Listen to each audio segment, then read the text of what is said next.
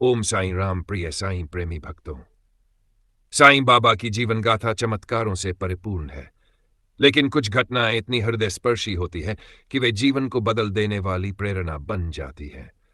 आज हम आपको साईं बाबा की एक अत्यंत प्रसिद्ध चमत्कारी घटना की संपूर्ण कथा सुनाएंगे, जो न केवल एक भक्त के विश्वास की परीक्षा थी, बल्कि परमात्मा की कृपा की पराकाष्ठा भी है। प्रिय भक्तों, शिरडी साईं बाबा की पहचान को लेकर सदियों से विवाद चला आ रहा है। बाबा के जन्म स्थल और जन्म की तारीख की सही जानकारी किसी को नहीं है। पहली बार 16 वर्ष की आयु में बाबा शिरडी में प्रकट हुए थे। साईं बाबा ने अपने जीवन का ज्यादातर हिस्सा शिरडी में ही बिताया था। कहीं उनके जन्म का साल 1836 बताया जाता है, तो कहीं 1838 बताया जाता है। लेकिन जब बाबा ने महासमाधि ली, वह तिथि और तारीख इतिहास में दर्ज हुआ है। 18 अक्टूबर 1918 को जब उन्होंने महासमाधि ली, तब भी कई चमत्कारी घटनाएं हुई। यह बात उस समय की है जब शिरडी में उस समय बाबा के चरणों में अनेक भक्त आते थे। उन्हीं में एक थे श्री श्रीमंत बूटी साहब, जो नागपुर के एक अमीर व्यक्ति थे, जो बाबा के परम भक्त थे। वे बाबा से अत्यंत स्नेह रखते थे और हमेशा उनके समीप रहना चाहते थे। बूटी साहब का बाबा के साथ गहरा संबंध बन चुका था। उन्होंने मन ही मन निश्चय कर लिया था कि वे शिरडी में संगमरमर का एक भव्य मंदिर बनाएंगे और भक्तों के लिए निवास स्थान भी बनवाएंगे। बाबा की अनुमति लेकर उन्होंने निर्माण कार्य भी प्रारंभ कर दिया था और उस पूरे परिसर को बूटीवाड़ा का नाम दिया गया था। यहां तक कि मंदिर में स्थापना के लिए भगवान श्री कृष्ण की मूर्ति भी आ गई थी। यह मंदिर बाबा के जीवन काल में बनकर तैयार होने वाला था, परंतु बूटी साहेब को क्या पता था कि यह मंदिर भगवान कृष्ण के नहीं बल्कि स्वयं बाबा के लिए होगा।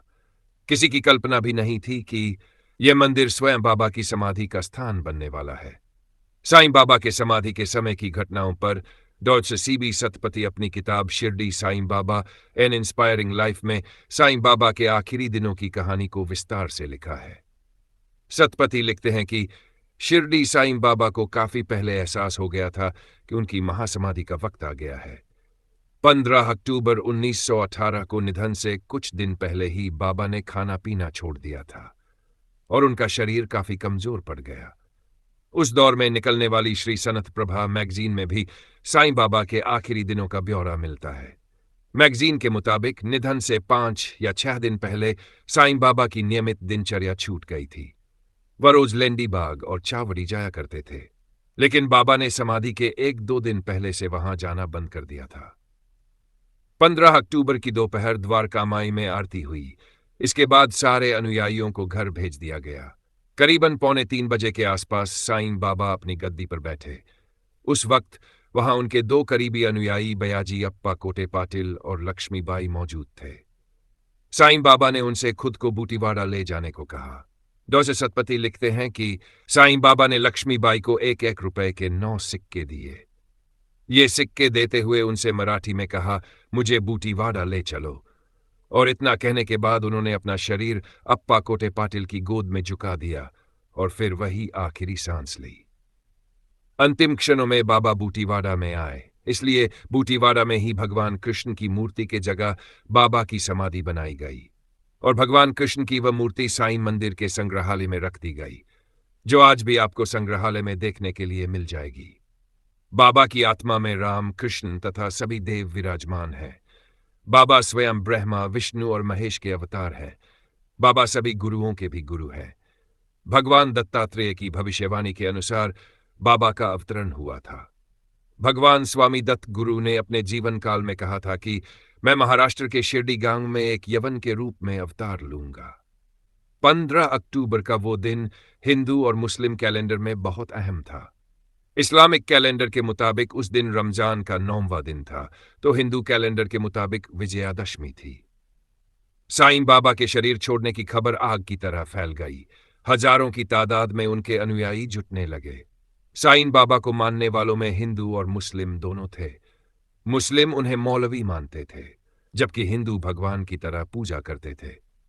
निधन के बाद साईं बाबा के करीबी अनुयायियों ने उनके अंतिम संस्कार की तैयारी शुरू की।